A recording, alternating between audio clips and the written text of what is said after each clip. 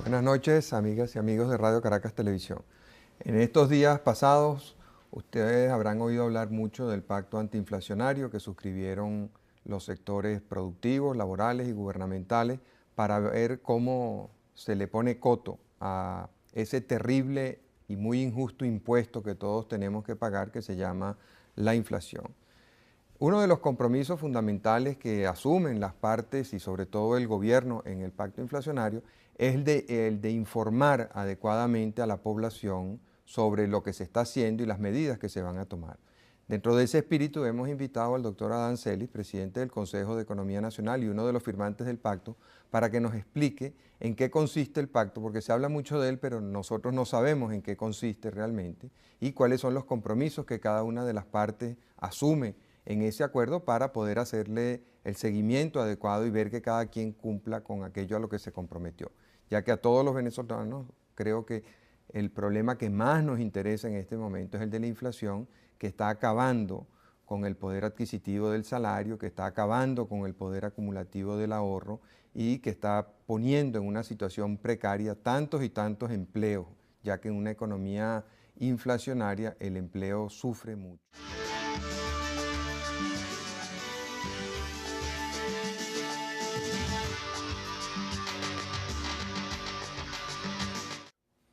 Buenas noches, Adán. ¿Por qué no nos explicas un poco en qué consiste ese pacto que tan solemnemente firmaron el gobierno, los sectores empresariales, los sectores laborales y algunos organismos de interés nacional, como es el caso del Consejo de Economía Nacional? Bueno, Marcel, primero, gracias por invitarme a tu programa. No es una simple expresión de cortesía, este es uno de los programas más prestigiosos de Venezuela. Para un hombre como yo es un honor estar aquí, de verdad, de verdad, ¿no? Bueno, yo quisiera un pequeño explicación previa. Los pactos antiinflacionarios no son un invento de hoy ni de aquí de Venezuela. Se han usado en muchos países. Y, por ejemplo, hay experiencias en Austria, en España, en Europa. Aquí en América Latina es famoso el caso de Bolivia, que logró bajar su inflación del 27.000% a 7, que tiene ahora 8. Son también importantes los casos en que se aplicó este pacto, como fue en México, Argentina y algunos otros países. También en Perú existe algo parecido. De manera que esto no es una cosa nueva, sino que ya se ha empleado en otras partes. Ahora, el pacto es un simple instrumento para luchar contra la inflación. Es un instrumento. Yo diría que, por ejemplo, en gobiernos militares o fuertes, quizás China, el gobierno militar que tuvo Chile, esos países tenían un gobierno de fuerza, pues, y podían imponer una restricción de la liquidez violenta y arreglar el problema del déficit fiscal y solucionar el problema de la inflación con medidas, pues, que se acataban dadas impuestas por la fuerza. En las democracias eso es más difícil. Hay dos maneras de atacar el problema de la inflación. Uno es el tratamiento de shock, que gobiernos fuertes, democráticos, con buen apoyo en el Congreso pueden adelantarlo. Y quizás son los que tienen más éxito porque se sale de la enfermedad de un solo golpe. Pero también se han aplicado, muchas veces con fracasos, pero alguna vez con éxito, el sistema de la disminución progresiva de la inflación. Para eso se necesita, para aplicar ese sistema, se necesita un apoyo de la comunidad muy fuerte, porque en el tiempo van surgiendo problemas que se arreglan mejor por consenso que en forma violenta y sin conocimiento de la población. ¿Por qué crees tú que el gobierno opta por el segundo camino y no por el primero? Si en el Congreso hubiera podido obtener fácilmente los apoyos que necesitaba para un programa de shock. Yo creo que es un problema prácticamente del presidente y un poco mezclado con su ideología y su carácter, ¿no? Y su... Es que el presidente prefiere algo más conciliado. Sí, el presidente ha vivido mucho en función de ayudar a los trabajadores, de ayudar a los más necesitados, por métodos que muchas veces sucede que tratando de hacerle el bien a la gente, al fin se le hace el mal. Muchas veces la buena intención, acuérdate que me decían a mí los salesianos en el colegio, que el infierno está empedrado con la cabeza de gente bien intencionada. Quiere decir pues que muchas veces tiene buena intención y muchas veces las medidas que se aplican en virtud de ese sentimiento muy sentido, claro, tenemos todo, no tiene buen resultado. Quizás un ejemplo, especialmente la democracia venezolana, que viene aplicando cosas parecidas bajo el amparo del socialismo o encubierto por las ideas socialistas, y ya tuve los resultados, 60% de pobreza y lo demás que conocemos. Pero como te decía, eso, yo creo que, en fin, el presidente quiere aplicar ese sistema y lo ha repetido. La posición que tenemos los venezolanos, ¿cuál es? Mucha gente habla, este pacto se ríe mucha gente, a mí me lo ha reprochado mucha gente que yo esté metido en esto. Dicen que yo tengo cierta imagen en el país, que la estoy hipotecando a una cosa que es irrealizable. Pero yo pensé, voy a una cosa personal, ¿verdad? Que yo estoy un poco obstinado de oír que la gente habla y dice y no hace nada.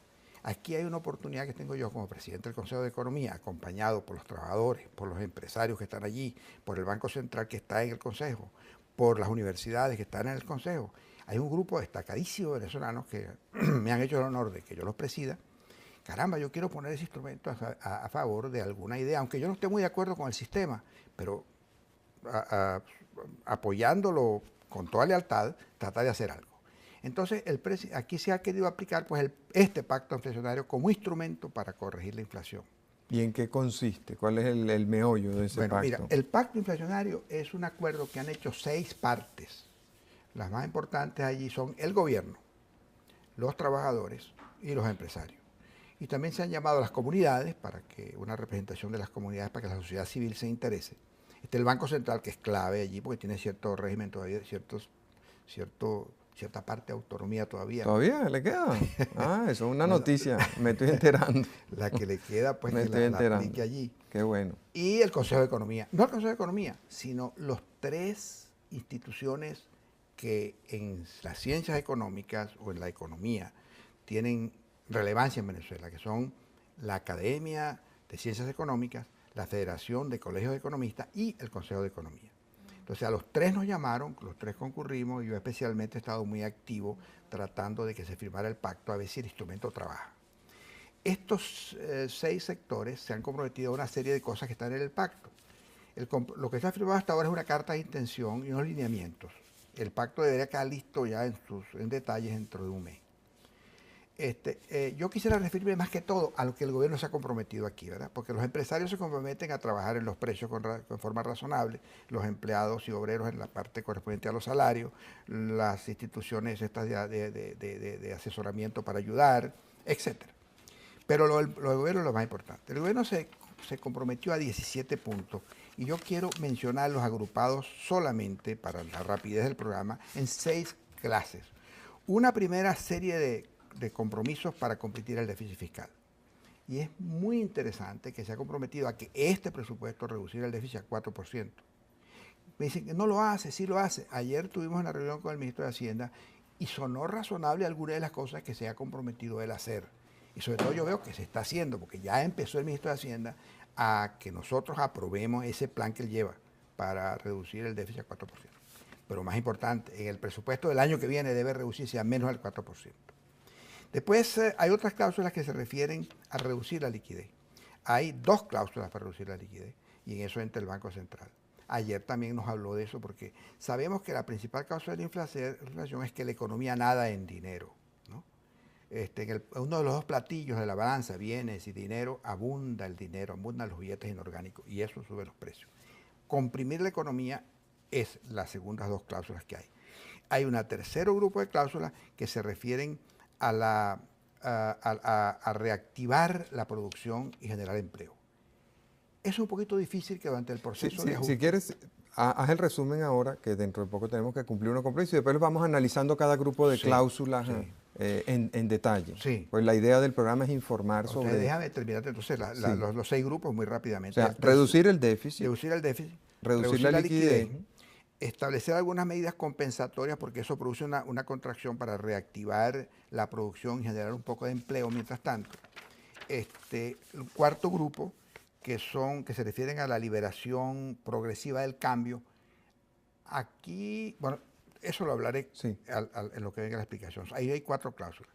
Y unas 5 que se refieren a las compensaciones sociales que deben hacerse para que las clases más pobres no sufran tan duro el impacto del cambio, del ajuste, ¿no? Y finalmente hay algunas cláusulas sobre la racionalización continua de los precios. Esos son los 6 grupos de cláusulas.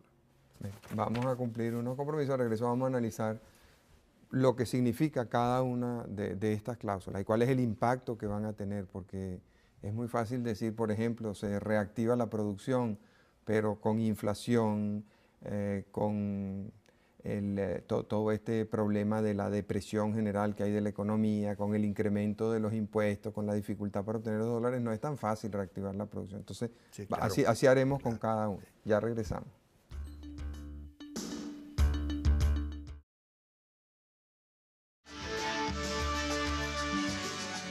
Hace un momento tú nos comentabas los aspectos fundamentales del pacto antiinflacionario y señalabas que se pueden agrupar más o menos en 6 grupos de cláusulas. La primera, y es tal vez la que la gente considera, o los entendidos consideran más importante, es la reducción del déficit fiscal. Sin embargo, uno ve que independientemente de lo que pueda hacer el gobierno, están influyendo sobre el déficit fiscal una serie de factores que no se pueden ignorar. Por ejemplo, ha habido importantísimos aumentos de sueldo dentro del sector público. Y ese dinero pues tiene que salir de alguna parte, eso es más dinero para la economía y eso a su vez tendrá un efecto sobre la inflación, sobre la liquidez y sobre los precios. Hemos visto cómo el servicio de la deuda también viene incrementándose, el gobierno no tiene control de eso. Hemos visto el problema que está planteando el situado constitucional y el uso del situado. Entonces, ¿qué es lo que va a hacer el gobierno para reducir el déficit? Ha estado aumentando los impuestos, ya la carga impositiva es peligrosa en el sentido de que ya está frenando una serie de decisiones económicas y está creando una serie de problemas dentro de las empresas. Entonces, ¿qué es lo que van a hacer ahí? Bueno, tienes razón. Alrededor de la primera causa estructural del déficit, que es de la inflación, que es el déficit fiscal, pues hay que tejer una serie de medidas para controlarlo. Esos son, por supuesto, es elemental, aumentar los ingresos y rebajar los gastos. Tienes razón, ya en el terreno de aumentar los ingresos con toda la cantidad de impuestos que ha situado el gobierno, pues es difícil que adelante allí. Por consiguiente, tiene que rebajar los gastos. Al respecto, el gobierno, como yo decía hace poco, el presupuesto de 1995, que tiene un gran déficit, él se compromete a reducirlo, el déficit, a solamente 4% del PTB, del Producto Territorial Bruto. O sea que podemos esperar aumento en los impuestos. Las medidas que aumento anunció, del precio de la gasolina. Yo no puedo decir las medidas que ayer dijo porque son cosas completamente, digamos, preliminares. Y nos hemos comprometido todos a que eso se anuncie en un bloque de medidas ¿Cuándo? Dentro de 25 o 30 días, que es el plazo El que primer nos plazo. hemos puesto. Eso es el compromiso que hemos hecho. Pero las medidas que él anunció, ninguna se refiere a aumento de los ingresos en virtud de los impuestos, sino a otras medidas que hay de reducir el gasto por acá, de aumento de las privatizaciones, aceleración de las privatizaciones. ¿sí? Ese es el segundo punto. Este primero que te dije, eso se refiere a la reducción de los gastos. A la reducción del déficit. Y se refiere a que el próximo presupuesto, el de enero que viene, que está elaborando, y es bien importante esto, se va a elaborar por compromiso de ellos con un déficit que sea menor del 4%. ¿no? Y fíjate, le dice, ¿no? Y a reorientar el gasto hacia los fines prioritarios de inversión social e infraestructura y a explicitar de manera transparente y confiable todas las fuentes de ingreso y los destinos del gasto. O sea, acabar con eso de que que disfrazan, por ejemplo, no ponen ni una sola partida en el presupuesto actual, no tiene partidas para pagar la deuda. Eso es un truco tonto al respecto. Explicitar y hacer el presupuesto mucho más transparente. O sea, que la gente sepa cuáles son las cuentas. Eso es. Dentro de la idea de reducir el déficit fiscal. Ahora, otra segunda cláusula que se refiere a este grupo es el agilizar los procesos de privatización. Debemos, en el curso de estos 30 días, explicitar, poner algunas metas bien claras de cómo se debe adelantar el proceso. Entonces, se privatizarán las empresas de Guayana, se privatizará Cadaf, las empresas eléctricas. Nosotros vamos a exigir todos, ya hemos hablado los que no somos gobierno, que somos los que estamos pidiéndole al gobierno que haga ciertas cosas, como él nos pide a nosotros que hagamos otras, que lo determine con plazos más o menos precisos, pues. Por lo menos que haya un programa de privatizaciones al cual nos comprometamos todos. Hay otra cláusula dentro de este primer grupo que se refiere a que se procuren fórmulas idóneas para que permitan, dentro de una programación fiscal compatible con las metas de reducción del déficit, el pago de las deudas de FOGADE. O sea, organizar esto entre el Banco Central y FOGADE, que es, tenemos allí una especie de cañón armado, listo a acercarle la mecha, como decían antes de las batallas de antes, ¿no? O sea, Pero espérate, eso se dice muy fácil, pero tú tienes como 1.800.000 millones de déficit del año pasado que está sin pagar. O sea, eso yo no sé cómo se lo van a pagar al central. pero tú incluyes ahí el grupo de la deuda de FOGADE con el gobierno. Sí, Sí. más los Que 500 son mil millones de este año. 1.200.000.000 es esa deuda. 1.200.000. 1.800.000. No, la deuda de FOGADE solo. Lo demás es déficit fiscal. Sí, Ok. correcto. Después tiene todo este problema de los 5 bancos que estatificaron, bueno, uno ya estaba, a los que les deben algo así como 340.000, 360.000 millones de bolívares por haber asumido los depósitos del Banco Progreso y del Sí. Banco Profesional y el Banco no sé qué, de todos esos bancos de la última ola de quiebras bancarias que no se los han pagado. Entonces, por un lado tienen que producir el dinero, pero por otro lado también hay que pensar en el efecto inflacionario, porque todo eso es dinero de comiquitas, pues eso es... Sí. Eso es dinero. Entonces, a lo orgánico, mejor sí. pagando esa deuda resuelven un problema que es sacar de la quiebra o de su segunda quiebra a esos bancos, pero pueden estar creando un problema de liquidez muy serio. Bueno, yo no he estudiado exactamente la medida porque no se ha anunciado esto, lo vamos a precisar, pero lo que ellos van a hacer es que la deuda se le establezcan unas condiciones de pago a largo plazo con intereses apropiados y ya se quite el temor, el que esa bomba que existe ahí no va a estallar. Es La más van a bien documentar. una racionalización de la deuda a largo plazo. Acuérdate que eso no tiene de particular. Fíjate que en Chile, que adoptó una posición distinta, todavía hoy están pagando los bancos, que fue otra manera de hacerlo, las carteras que las absorbió el Banco Central y se las vienen pagando por cuota. Una cosa parecida, pero hecho ya directamente entre FOGADE y el gobierno nacional. Otra de las cláusulas de esto es agilizar la liquidación de los activos de FOGADE, que hemos insistido mucho en eso, porque esas son unas empresas que son una fuente de corrupción terrible si se dejan allí, todas esas empresas de inmuebles, ¿no? Pero, perdona que te interrumpa, ojalá lo hagan, pero lo que uno ha visto hasta ahora, y uno tiene que guiarse por las señales que le envían. Por ejemplo, el Ministerio de Hacienda se escogió el edificio del Banco La Guaira y se mudó para allá. Sí. Entonces el ejemplo que están dando no es de liquidar, sino de utilizar. Ayer leí en el periódico que todos los cuadros, las colecciones de pintura y de arte que tenían los bancos, porque todos, tú sabes, todos estos banqueros tenían veleidades de Lorenzo de Medici, todos eran mecenas artísticos. Sí. Nos da un poco de envidia, ¿verdad? Ah, mucho. No sabíamos cómo se financiaba. Entonces, yo me imaginaba que en esas colecciones fabulosas, donde estos señores que aparentemente conocían de arte más que de banca, compraron pues todas esas maravillas de pinturas y esculturas, iban a ser subastados para con ese dinero pagarle a FOGADE. Pues no, leí el otro día en el periódico que eso va para los museos. Entonces, hasta ahora lo que uno ve es que no están liquidando nada, sino que se están quedando con todo. Precisamente, ahí es donde voy yo. Si nosotros nos quedamos quietos en nuestras casas, seguirán haciéndolo. Vamos a ver, vamos a ensayar. Yo no estoy diciendo, yo no soy el gobierno, yo soy muy independiente, ¿no? Soy una institución bastante independiente. Vamos a ensayar para corregir esas cosas. Ya eso que tú denuncias, por ejemplo, yo lo llevo a la próxima reunión, que tú me has dicho lo de los cuadros, que yo no lo sabía. Ya lo de... No, ya... yo no denuncio nada. Yo estoy contando bueno, lo que yo leí en un periódico. Pero denuncia ante el público, porque nos están oyendo. No, yo le estoy contando. Yo le estoy contando lo que yo leí en el periódico. Bueno, entonces tú cuentas y yo denuncio. Pues, entonces, si quieres, yo cargo con el muerto. Bueno, entonces después tienes otra cláusula aquí, que es tratar de... Esta es una cláusula que... Déjeme leerte. Cooperar en el mantenimiento de un clima de armonía con los trabajadores al servicio del Estado y programar el pago de las deudas que él ha reconocido con los mismos dentro de una planificación fiscal compatible con las metas de reducción del déficit y velar por el estricto cumplimiento de las disposiciones legales en materia laboral. Se han comprometido a esto. Yo no sé cómo lo van a hacer, porque de dónde van a sacar dinero.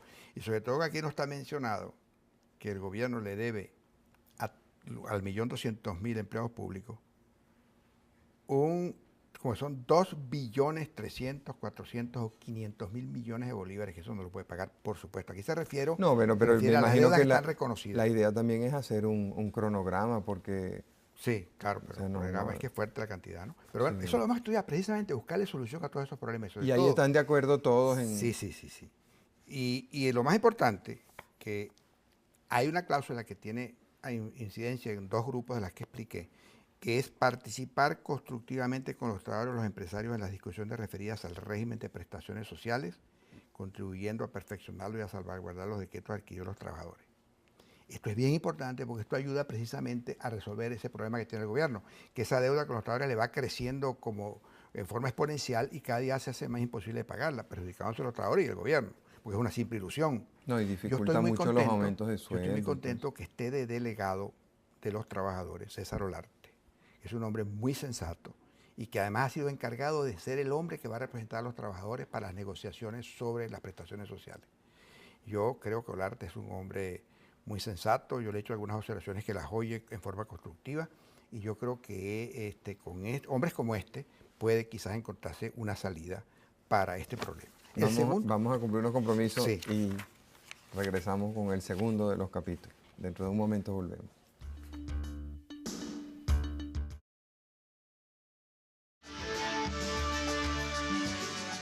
Hace un momento tú concluías tu exposición sobre el primer grupo de medidas, el que se refiere a la reducción del déficit, con el acuerdo de las partes en revisar todo el régimen de pago de prestaciones, ya que me imagino que se habrán dado cuenta de que está resultando muy perjudicial. Fue un régimen diseñado por unas condiciones completamente distintas.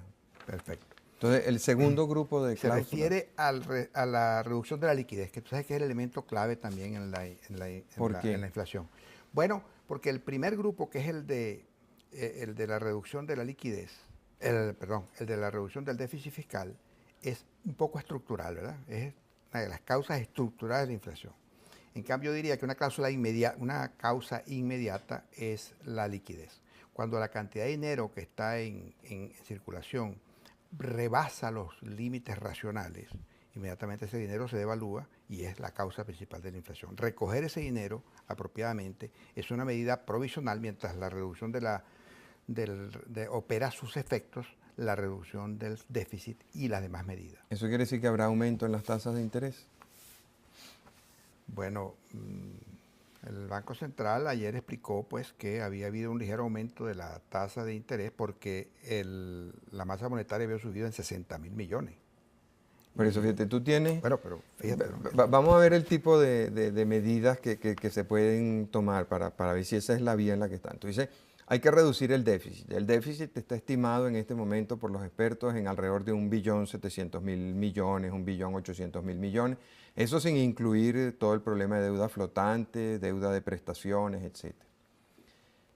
Una manera de eliminar el déficit, por ejemplo, sería la confiscación de los depósitos de ahorro y de los depósitos a plazo que la gente tiene en los bancos. O sea, se confisca y eso suma más o menos lo mismo. Hay alrededor de 2 billones de bolívares en depósitos a plazo y cuentas de ahorro. Entonces, confiscas eso, cubres el déficit y entonces, eso no es lo que está planteado. Por supuesto, sí. Okay. Reducir la liquidez, o sea, la liquidez, la única manera de reducirla es haciendo que la gente no tenga el dinero líquido. Entonces les tienes que ofrecer algo a cambio. Dólares no les puedes ofrecer porque tenemos un problema de estrechez de dólares. Allá en el año 82, de una manera muy insensata, pero bueno, esa fue la que usaron, porque uno nunca puede subestimar la insensatez de los funcionarios, ¿no? Optaron por estimular la salida de dinero de Venezuela y durante el año 81 y 82 salieron miles de millones estimulados por una política de tasas de interés negativa. Entonces ahorita hay una tasa de interés negativa, pero hay un dique de contención. Entonces una manera sería aumentar las tasas de interés. ¿Está planteado eso? Aumentar las tasas de interés a niveles en que sean positivas. Bueno, como yo te dije, estas son cosas a las que se ha comprometido el gobierno a hacer y tenemos que concertarlas. Y precisamente lo interesante de esto es que en lugar de que el gobierno tome las medidas por su cuenta, el gobierno va a consultarlas con todos, es la promesa muy clara que tienen, y me imagino que habrá un poco de más sensatez con la colaboración de todos. Lo que tú dices son cosas muy interesantes, las tomo en cuenta, y yo no te puedo decir cuáles son las soluciones que el gobierno va a adoptar. Ya hay algunas que adelantó, que pues, te vuelvo a repetir, no las puedo explicar porque hay un convenio de que no O sea, en hablemos de este eso. momento lo que vale la pena entonces es conocer los compromisos porque las Eso es. soluciones tenemos que esperar todavía 25 días. Sí, sí, 25 días para que salgan las soluciones, y yo diría que hay un plazo en que esperamos, en que todo funcione. Y si todo funciona bien, por favor, invítame a un programa para celebrarlo. Y si todo funciona mal, por favor, invítame a un programa para decirte que la cosa no funcionó y que me tuve que salir o que Estás se invitado. Bueno, Espero que sea para lo primero, no, para yo lo que celebrar. estoy seguro es que vamos a hacer algo. La intención que tuvieron los dos ministros ayer era claramente un absoluto deseo de cooperar, y todos los sectores que estaban Hacienda reunidos, y Fomento son. Hacienda y Fomento juntos, y todos los sectores representados, todos con el deseo de cooperar, los trabajadores, los empresarios, todo el mundo. Un poco distinto a la figura que estamos dando en la calle, la imagen que está dando en la calle, ¿no? Bueno, Entonces hay que reducir la liquidez. En eso hay consenso porque ese excedente de liquidez es el que sí, está contribuyendo, entre otras cosas, al alza de los precios. sí. Fíjate, por ejemplo, te voy a leer esto, como esto es dedicado, te lo leo que es cortito. La de las cláusulas esta de la reducción de liquidez. Optimizar la coordinación con el Banco Central de Venezuela en materia financiera y monetaria a fin de coadyuvar a reducir las presiones inflacionarias que se asocian a excedentes de liquidez. Bueno, otra fórmula de combatir ese problema sería estimular la producción, porque si tú logras producir más bienes, no importa que haya más dinero. Trabajando en el otro platillo. Sí. En lugar de sacarle las monedas a un platillo, se le echan más bienes al otro platillo para que se compense, Ajá. que es lo más sano. Y, Esa es la y hay reactivación. medidas para Eso es estimular las cláusulas de reactivación, la tercer grupo. Déjame terminarte rápidamente con este grupo, que es el grupo de la liquidez, donde te leí una de las partes más importantes, y yo creo que lo que dice aquí, cooperar en el mantenimiento de un clima de armonía con los trabajadores. No, perdón, me equivoqué. Bueno, y la segunda cláusula sobre la reactivación de la liquidez es, perdóname, es esa nada más, esa cláusula que te indiqué, no eran dos sino una sola. Donde hay tres cláusulas es en la reactivación de la economía que tú me estás hablando. Ahí hay tres cláusulas. Una que es aplicación de medidas previstas en el noveno plan dirigidas a reactivar la producción y el empleo, a incentivar las inversiones, elevar la productividad y competitividad del aparato productivo. Ahí se puede hablar de incentivos fiscales y otros tipos Pero de si más bien incentivos. por el problema del déficit lo que están es aumentando los impuestos. Claro, pero se pueden hacer quizás los incentivos en ciertos sectores, por ejemplo la agricultura, que es muy débil desde el punto de vista técnico. Entonces la estructura de nuestra agricultura, que es tropical, es muy, muy débil, ¿no? Se pueden dedicar. ¿Y por qué en la agricultura y no, por ejemplo, en la industria manufacturera? También en la industria manufacturera, sobre todo con los exportadores, debe hacerse. Yo he hablado de eso. ¿Y en las telecomunicaciones? ¿Y por qué no en las telecomunicaciones, que es la actividad fundamental para el siglo XXI? Bueno, pero yo digo, no te estoy hablando a largo plazo. Cuando la economía esté más o menos la solución del déficit esté andando, entonces debe quedar todos los sectores iguales. Pero hay un momento determinado, pienso yo, sobre todo si se hace esto, no por el sistema de shock, sino por el sistema progresivo, donde hay que los puntos más débiles darles un toque para evitar que sufran tan fuerte el efecto de la inflación. Bueno, después tienes algunas otras cosas de reactivación económica, como son la reactivación de la producción y la elevación de la productividad y la competitividad, habilitar medidas y acuerdos que faciliten la colocación de los productos venezolanos al mercado nacional a precios que sean compatibles con las metas de reducción progresiva de la inflación, desarrollar oportunamente medidas de estímulo a la producción agrícola, pecuaria y agroindustrial. Por cierto que ahí hay una cosa bien interesante, que es que los agricultores se comprometen a que sus precios no crezcan de trimestre en trimestre o de cosecha en cosecha, más allá de un 80% de la inflación anterior. Hace una promesa de ellos y parece bien razonable, siempre que el gobierno vaya aplicando las medidas que le corresponden, porque si no se van a ahogar los agricultores en esta oferta. La otra grupo de medidas se refieren a la liberación progresiva del cambio, ¿no? Ahí hay una medida solo que se menciona, que la materia cambiaria es difícil que se puedan establecer por la posibilidad de especulaciones cambiarias, ¿no? Pero aquí hay una cosa que ya está resuelta y nos la han anunciado, que es liberar de las formalidades previas a todas las importaciones. Yo creo que eso es importante. En esa forma ya quedarían, si se agrega que han hablado de establecer sistemas muy fluidos para los dividendos, yo creo que en esa manera van a ir al sistema de controles que aplicó Francia, por ejemplo, cuando los sucesos del Mayo trágico aquel, que estableció de Gaulle un control solo sobre las remesas. Los demás no meterse a establecer ese aparato complicado para las importaciones, eso es una locura. Eso se va a eliminar y se va a poner solamente un control posterior. Esa es una buena noticia para todas las industrias y para todos los importadores. Y, por supuesto, lo complementan también con algunas otras medidas que tomarán, pero que eso sí no se pueden anunciar, ¿no? En realidad, todos hemos dicho que hay que ir hacia un control de cambio, eliminar el control de cambio. Todo eso lo hemos manifestado unánimemente casi en los que formamos parte del pacto, pero esto sería un paso muy importante que se daría. Sí. Sí, y es que tiene que arreglarse el problema del cambio, porque si no, el país está convertido, como lo dijo Miguel Enrique Otero en los Estados Unidos, en una ratonera. Tú entras, pero no puedes salir. Entras con los dólares, pero después, ¿cómo sales? Nadie viene entonces, ¿no? Quinto es las compensaciones sociales. Bueno, yo creo que eso no queremos abundar en eso. Hay 5 cláusulas en que se trata de establecer una serie de medidas, porque a medida que se aprieta el tornillo, van sufriendo un poco los sectores y se favorezca a la niñez, a la vejez. Hay algunas cláusulas de solidaridad social. Y sexto, la realización de los precios tiene 6 cláusulas.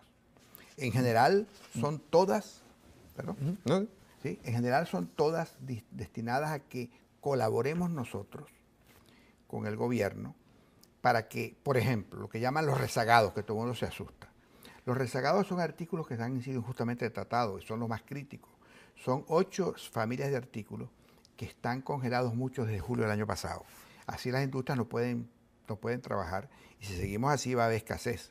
Entonces eso habrá que corregirlo. Pero la cosa de ahora es que se va a corregir por consenso, se va a corregir en forma escalonada, de manera que vayamos bajando con la inflación y que el pacto, yo quiero explicar esto muy claro, no es para rebajar los precios, no es ni siquiera para estabilizar los precios, es para reducir el aumento de los precios por la inflación, que cada día la velocidad de aumento y la magnitud del aumento sean cada vez menores para que se vaya corrigiendo el programa progresivamente. Vamos a cumplir unos compromisos, ya regresamos con una evaluación general, o sea, ¿qué es lo que tú esperas del pacto y cuál es el tipo de medidas que tú crees que se deben tomar para que esto funcione? Ya que el problema de la inflación es cada vez más serio, ¿no? Y estamos viendo el impacto que eso está teniendo. La inversión ha caído, el empleo ha caído, el costo de la vida ha aumentado, el ahorro se le está esfumando a la gente. Entonces hay un problema muy, muy grave que requiere medidas drásticas. Ya regresamos.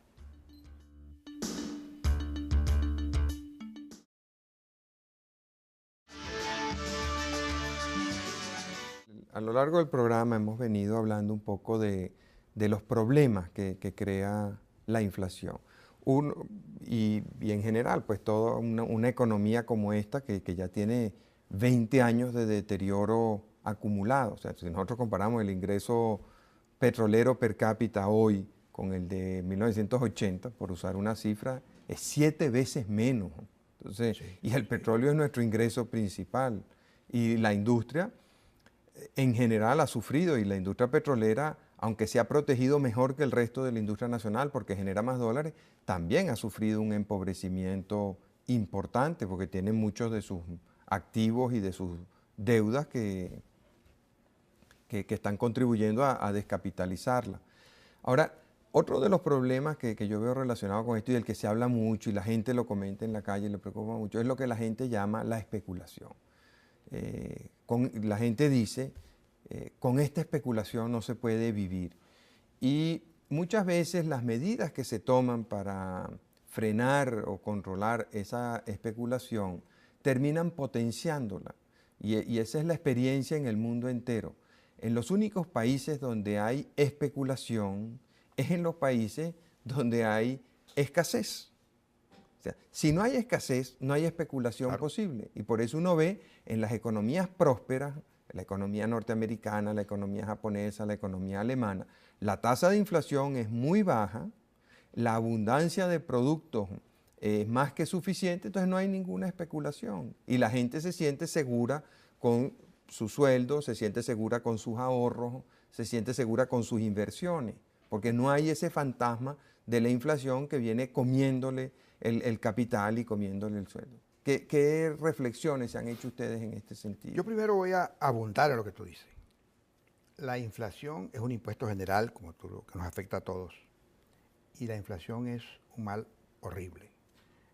Y sobre todo cuando se acerca a la hiper, porque actualmente nosotros tenemos lo que se llama, pasamos de la inflación moderada, que es menos de un dígito, estamos en la inflación galopante que llaman los economistas, que es en 2 dígitos, y después vendría la hiperinflación, que es en 3 dígitos. Permítame hacerte un comentario un poco tremendista. La hiperinflación, con todo y lo perversa que es, tiene una cosa buena, que es absolutamente intolerable y obliga al pueblo que la sufre a tomar medidas para acabar con ella. Y así lo hemos visto en todos los pueblos que han padecido hiperinflación. Llega un momento en que la gente se da cuenta que es absolutamente invivible. La inflación galopante, como la tenemos nosotros ya desde hace varios años, en el caso venezolano, tiene el problema de que nunca se va a convertir en hiperinflación, porque el Estado siempre tendrá 10, 12, 14 mil millones de dólares que le entran por el petróleo y con el cual puede más o menos paliar la cosa. Y si él usa esos 10, 12, 14 mil millones de dólares a 14.50 como los utilizó en una época, o a 7.50, o a 170 como los está haciendo ahora, más o menos se pueden paliar las cosas. Lo que pasa es que mientras está haciendo eso, está destruyendo el resto del aparato productivo y por eso vemos que la industria venezolana y la actividad empresarial venezolana hoy es muchísimo más débil de lo que era hace 5, 10, 15, 20 o 25 años y es un declinar continuo. Entonces, Venezuela tiene, creo yo, ese problema especial, sui generis, que nunca tendremos la hiperinflación que nos obligue a tomar medidas drásticas, pero sí tenemos el riesgo de que esta inflación galopante sea endémica, porque los 10, 12, 14 mil millones de dólares de la industria petrolera siempre nos mantendrán más o menos a flote. Bueno, ese es un aspecto, Marcel, que yo no me da paseo por él, tienes mucha razón, porque uno va a la Argentina y los choferes de taxi, uno les pregunta que la medida última X que tomó Menem era muy fuerte, y dice todo menos la inflación, todo menos la inflación, todo el mundo te lo dice. Tú no estás dispuesto a soportar todas las penalidades, todos los ingresos, pero la inflación no, la gente se vuelve loco con la inflación.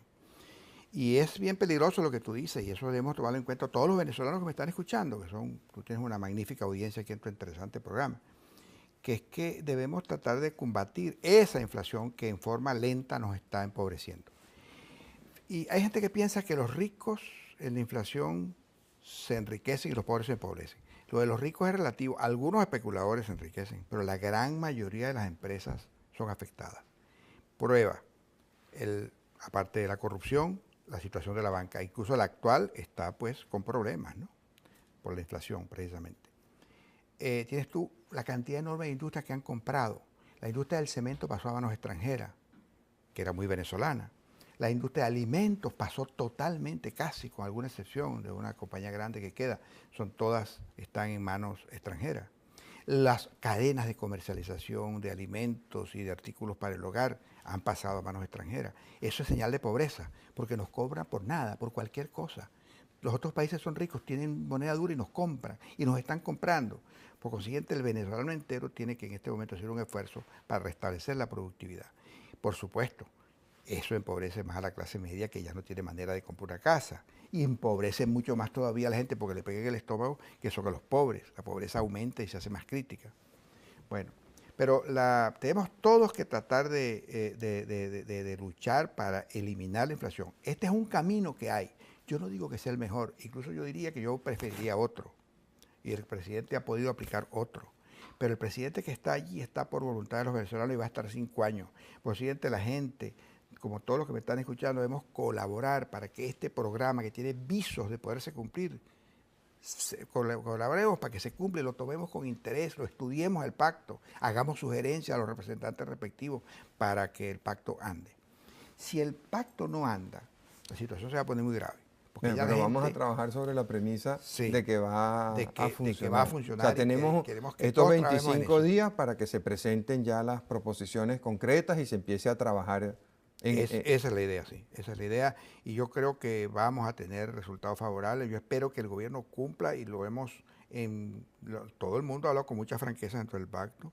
Le ha dicho que tiene que cumplirse las metas indicadas, pero es importante que toda la población coopere. Es verdad que subieron algunos precios antes de la firma del pacto y que el gobierno cometió el error de poner el bono ese que es bien poco antes, cuando está discutiendo el pacto. Bueno, todavía no lo estaba discutiendo en firme, pero había hablado del pacto. No ha debido hacer ese aumento, eso es lo que aumentó la inflación otra vez.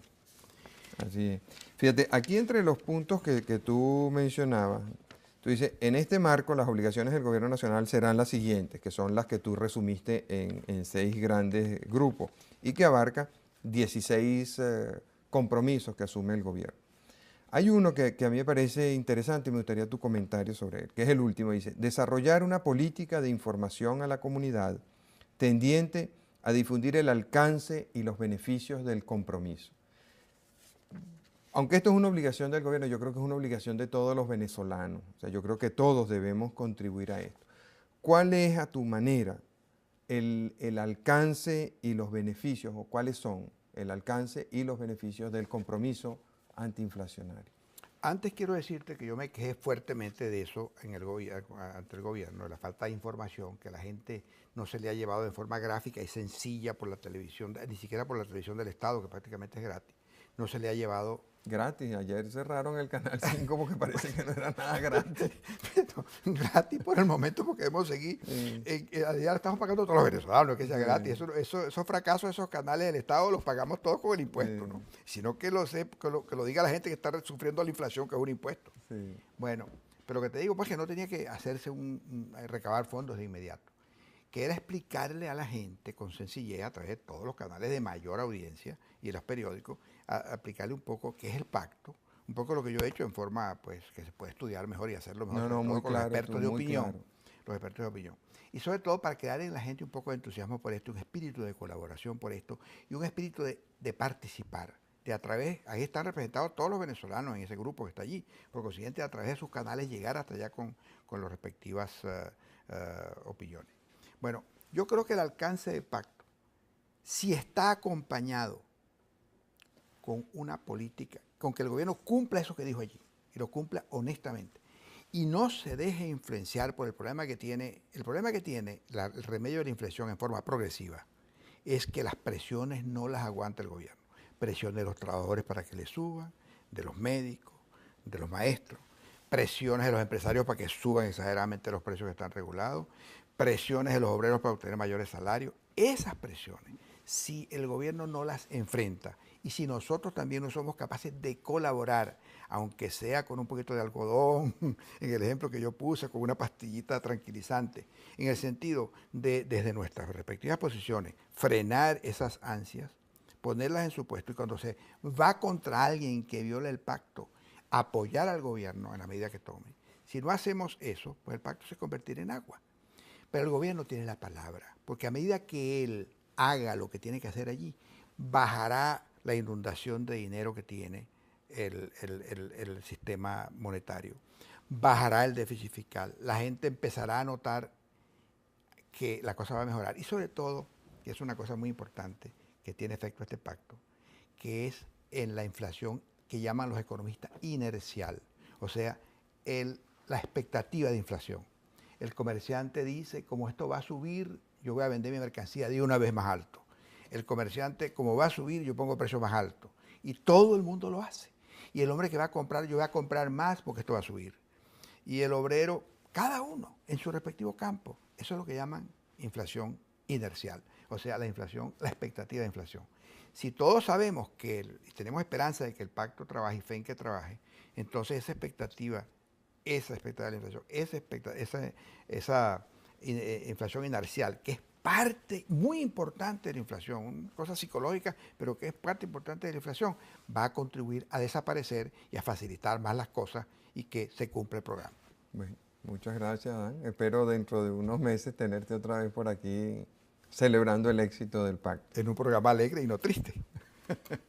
Muchas gracias, amigos, por su atención. La semana que viene conversaremos con el ministro de Fomento sobre este tema del pacto antiinflacionario. Ya el gobierno habrá tenido unos 15 días para ir preparando todo el conjunto de proposiciones que debe hacer en el mes que se fijó de plazo, de manera que podremos escuchar ya cuestiones interesantes sobre lo que se está haciendo en relación con este problema. Hasta entonces, muchas gracias.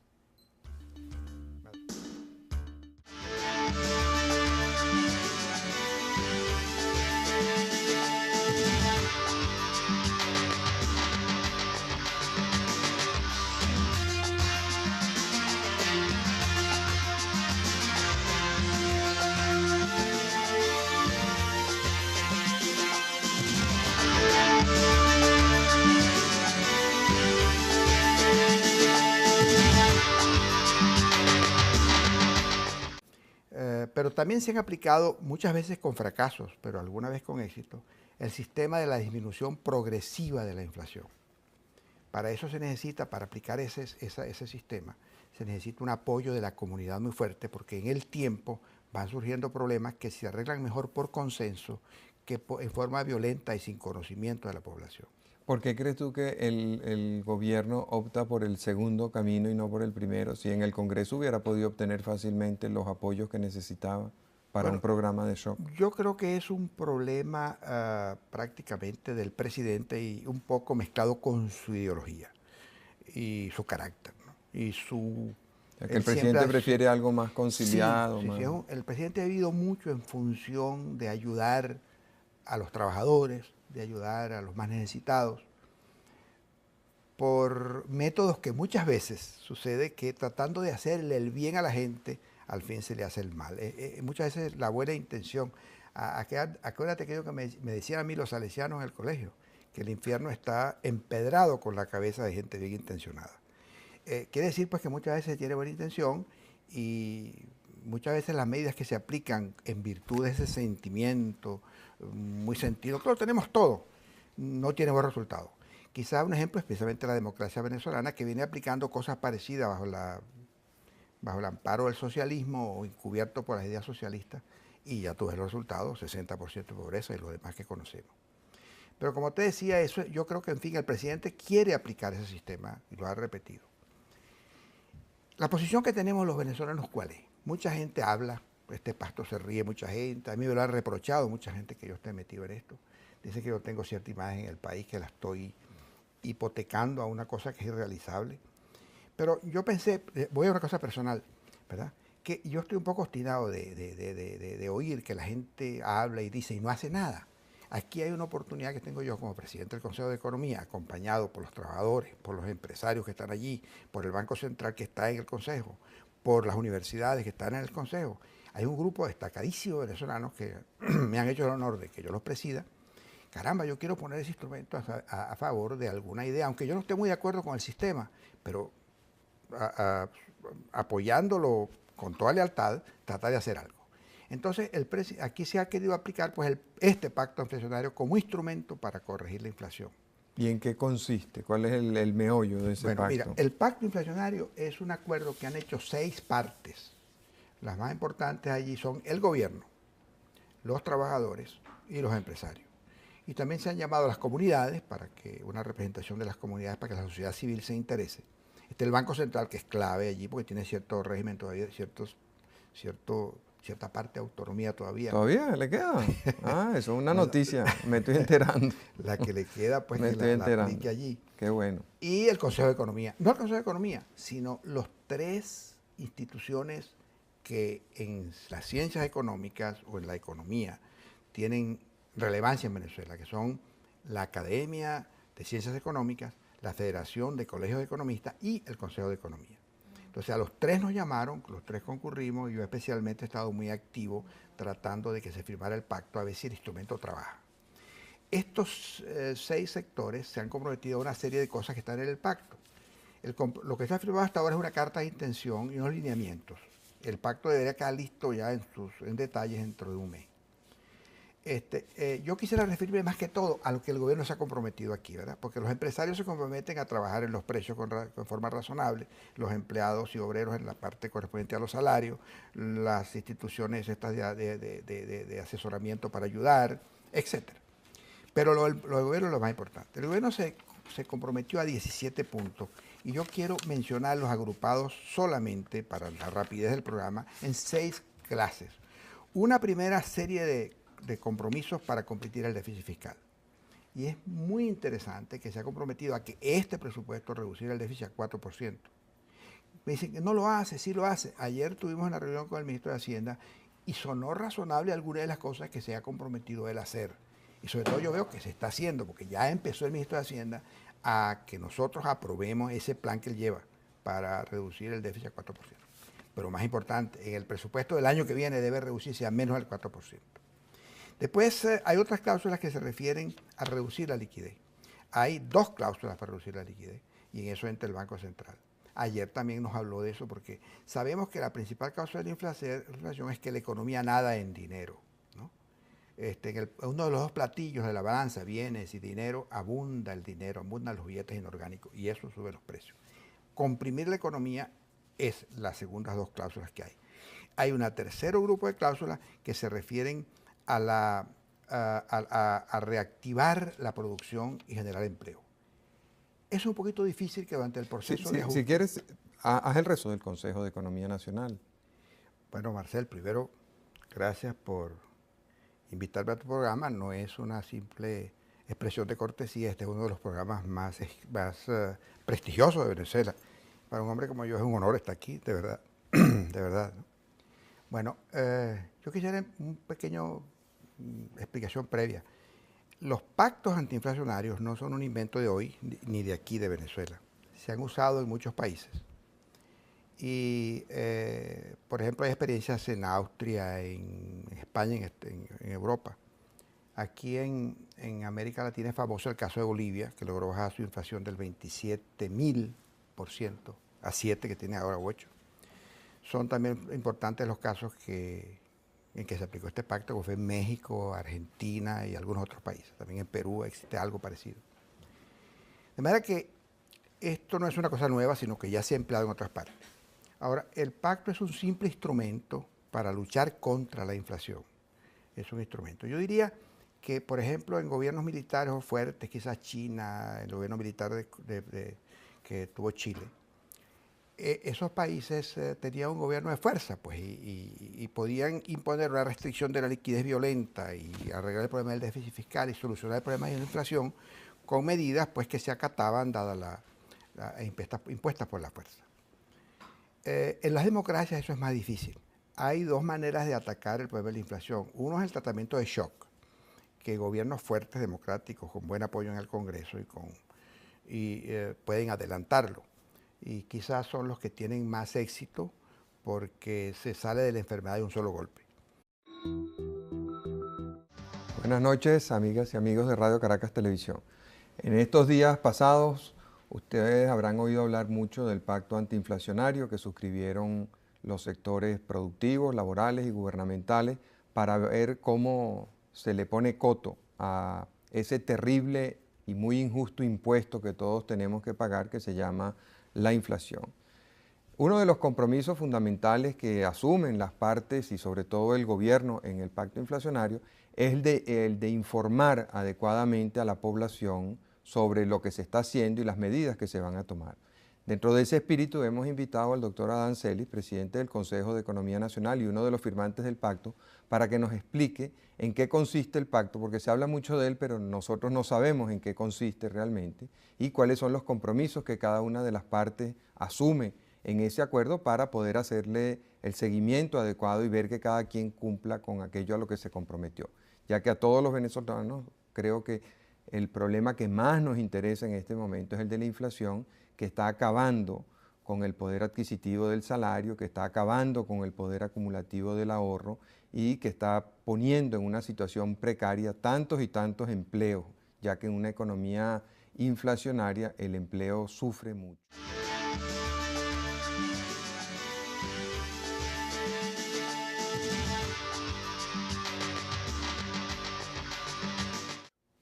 Buenas noches, Adán. ¿Por qué no nos explicas un poco en qué consiste ese pacto que tan solemnemente firmaron el gobierno, los sectores empresariales, los sectores laborales y algunos organismos de interés nacional, como es el caso